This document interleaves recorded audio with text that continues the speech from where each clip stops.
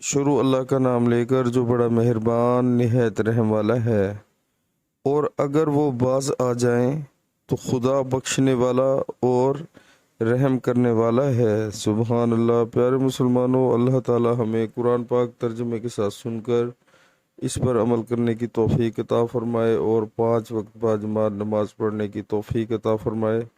پیارے مسلمانوں، اللہ تعالی بہت غفور و رحیم ہے، اللہ تعالیٰ بخشنے والا ہے، لیکن ہمیں جو ہے غور کرنا چاہیے کہ ہم اللہ تعالیٰ کی اس نرمی کا ہم فائدہ تو نہیں اٹھاتے۔ یعنی کہ اب اللہ نے حکم دیا ہے کہ نماز 5 وقت فرض ہے، تو کیا ہم پورے دن میں کتنی نمازیں پڑھتے ہیں اور کس طرح اپنا ٹائم ویسٹ کرتے ہیں؟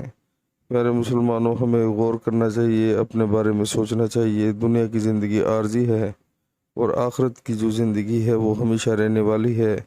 آج اللہ تعالیٰ نے موقع دیا ہے، توبہ طیب ہو جائیں اور اللہ کے راستے پر آ جائیں۔ انشاءاللہ اسی میں ہماری صلاح ہے اور اسی میں ہماری فلاح ہے۔ تو پیارے مسلمانوں، بہت وقت کم ہے اور ہمیں غور کرنا چاہیے، بعد میں یہ موقع ہمیں نہیں ملے گا۔ عمل کریں۔ السلام علیکم ورحمۃ اللہ وبرکاتہ۔